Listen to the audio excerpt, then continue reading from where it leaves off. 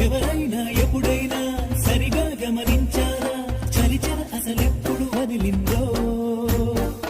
అణువణువు మురిసేలా చిగురాసలు మెరిసేలా తొలిసెగుణం ఎప్పుడు ఎదురైందో